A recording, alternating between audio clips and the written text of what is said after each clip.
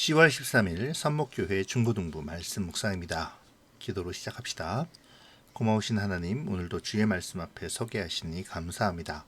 말씀 속에서 주님이 주시는 은혜를 깨닫게 도와주세요. 예수님의 이름으로 기도합니다. 아멘. 오늘 묵상할 말씀은 에스겔 33장 10절에서 20절입니다.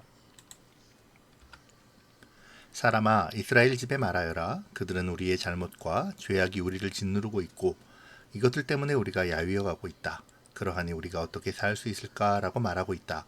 그들에게 말하여라. 주 여호와께서 말씀하신다. 맹세코 나는 악한 사람이 죽는 것을 즐거워하지 않으며 오히려 그들이 악한 길에서 돌이켜 살기를 바란다. 돌아오너라. 너희 악한 길에서 돌아오너라. 오 이스라엘의 집이여, 왜 내가 죽으려 하느냐. 사람아, 내 백성들에게 말하여라. 의로운 자의 의로움이라도 그가 순종하지 않을 때는 그를 구하지 못할 것이요, 악한 사람의 악함이라도 그가 악에서 돌이킬 때에는 그를 넘어지게 하지 않을 것이다. 의로운 사람이라도 그가 죄를 짓게 된다면 이전에 그의 의로움 덕분에 살지는 못할 것이다.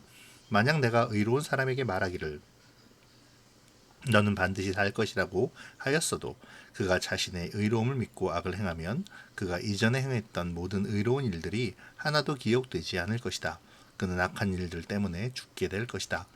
또 내가 악한 사람에게 말하기를 너는 반드시 죽을 것이다 라고 하였어도 그가 죄에서 돌이켜 정의롭고 옳은 일을 행하며 빛에 대한 담보로 많은 것을 돌려주고 그가 이전에 훔쳤던 것들을 되돌려주며 생명에 이르게 하는 규정들을 그가 따른다면 그는 반드시 살고 죽지 않을 것이다.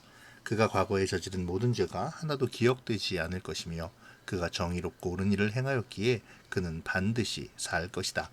그러나 내 백성들은 여호와의 길은 정의롭지 않다라고 말하고 있다. 그러나 정의롭지 않은 것은 바로 그들의 길이다.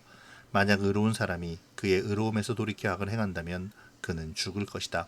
또한 만약 어떤 악한 사람이 그의 악에서 돌이켜 정의롭고 옳은 일을 한다면 그는 살게 될 것이다. 온 이스라엘의 집이여, 너는 여호와의 길이 정의롭지 않다라고 말하고 있다. 그러나 나는 너희 모두를 각 사람이 행한 대로 심판할 것이다.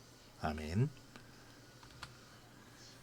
하나님께서는 에스겔에게 경계병의 사명을 일깨우신 후에 곧바로 이스라엘 백성에게 하나님의 말씀을 전할 것을 명하십니다. 악인을 심판함이 그가 죽기를 원함 때문이 아니라 그로 말미암아 돌이켜 죄에서 떠나 살기를 원하기 때문임을 전하게 하시죠. 하나님의 징계의 목적은 우리로 돌이켜 구원을 얻게 하기 위함입니다. 하지만 하나님은 여기에 덧붙여서 굉장히 중요한 메시지를 주시는데요.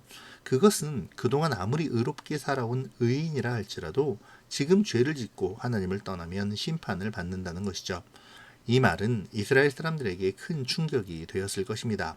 왜냐하면 이스라엘은 자신들이 하나님의 선택을 받은 하나님의 선민이기에 그들이 어디에 있던 무엇을 하던 하나님의 돌보심과 지키심 그리고 하나님의 구원을 얻을 수 있다고 생각했기 때문이죠. 하지만 하나님은 그러한 그들의 생각에 반론을 제기하십니다. 의인도 죄를 지으면 심판을 받으며 악인이라 할지라도 그가 악한 길에서 떠나 정의롭고 옳은 일을 행하며 생명에 이르는 규례를 지킨다면 그는 용서함을 받고 구원을 받을 수 있음을 말씀하시는 것이죠. 사실 이 말씀은 지금 포로로 잡혀온 유대인들 곧 스스로를 하나님의 백성이라고 생각하여 교만함과 불순종 속에서도 자신들만이 하나님의 구원을 얻을 것임을 자신하는 헛된 자신감을 가지고 있는 이들에게 완벽하게 해당되는 말씀인데요. 이들은 지금 하나님의 징계 속에 있죠. 그 징계 속에서 바벨론으로 포로 신세가 되어서 끌려왔습니다. 이들의 상황은 절망과 낙담뿐입니다. 이러한 상황 속에서 하나님은 회개의 말씀을 선포하시는 것이죠. 악인이라 징계를 받는 지경에 있을지라도 그가 그 죄를 깨닫고 돌이켜 하나님께로 돌아와 하나님 보시기에 옳은 일을 행하고 하나님의 말씀을 묵상하며 그 말씀대로 산다면 하나님께서는 악인을 용서하시는 것처럼 하나님의 백성인 그들을 회복시켜 주실 것을 말씀하십니다. 하지만 불행하게도 유대인들은 그러한 하나님의 뜻을 오해하고 마는데요. 그들은 하나님이 에스겔을 통해 말씀하신 이 말씀을 들으며 의인이 죄를 지어 악을 행한 것처럼 그들이 저질렀던 죄를 회개하지 않고 오히려 하나님께서 정의롭지 않게 하나님의 백성들인 자신들은 징계하고 다른 악인들은 잘 되게 하신다고 원망하며 돌이키지 않으려고 했죠. 오늘 말씀을 묵상하며 우리는 어떤 태도를 가져야 할까요? 나는 어떤 부류에 속해 있습니까? 죄를 회개하는 악인입니까? 아니면 나의 의를 강조하며 죄를 범하는 의인입니까? 하나님은 우리를 의롭다 선언해 주셨습니다. 그것은 우리가 의인임을 자랑하고 안일함에 빠져 죄 속에 있기를 즐거워하며 구원이 보장된 것처럼 나의 뜻대로 나의 이익을 위해 살라는 것이 아니죠. 하나님의 의로운 사람으로서 하나님의 정의를 보이고 옳은 일을 행하며 말씀을 따라 매일의 삶을 살아내라는 말입니다. 이것이 하나님이 원하시는 우리의 삶이죠. 오늘 우리의 삶의 태도를 돌아보면 좋겠습니다.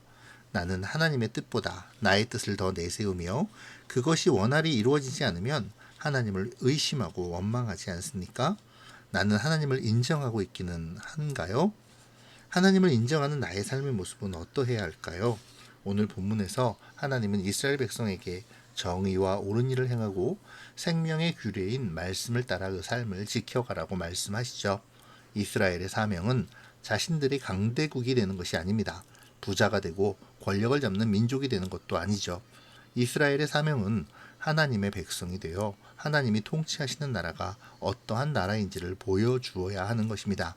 그 일을 위해 하나님의 정의와 공의가 삶으로 나타나야 하고 그 삶을 위해서 말씀을 묵상하며 생명의 율례를 발견하여 따라야 하는 것입니다.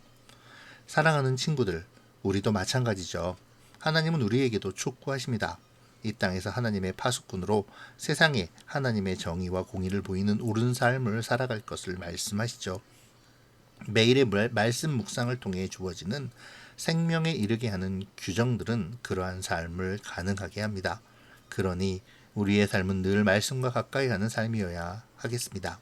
거기서 얻는 지식으로 하나님의 백성으로서의 하나님의 정의와 공의를 옳게 드러내는 삶을 살아야 하죠.